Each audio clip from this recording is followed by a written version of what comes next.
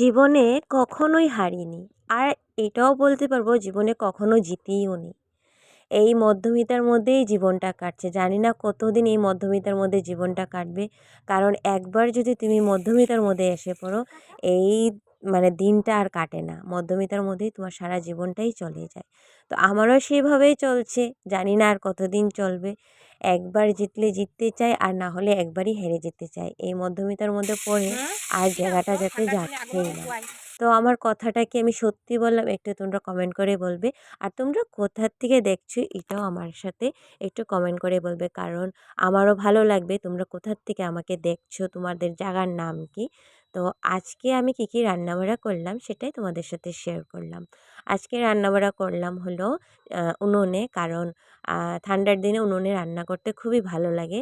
আর অনেক দিন থেকে অনেক রিচ খাবার খাচ্ছি, তার জন্য আজকে রান্না করলাম হলো আলু সিদ্ধ, পাঁপড় ভাজা আর সয়াবিন তরকারি। আজকে হালকা পাতলাই রান্নাবাড়া করলাম, কারণ রোজ দিন রিচ খাবার খেলে শরীরের পক্ষেও খারাপ। তার জন্য আজকে একদম শর্টকাট রান্নাবাড়া করলাম। আজকের রান্নাবাড়াটা আমার কেমন হয়েছে একটু কমেন্ট করে বলবে।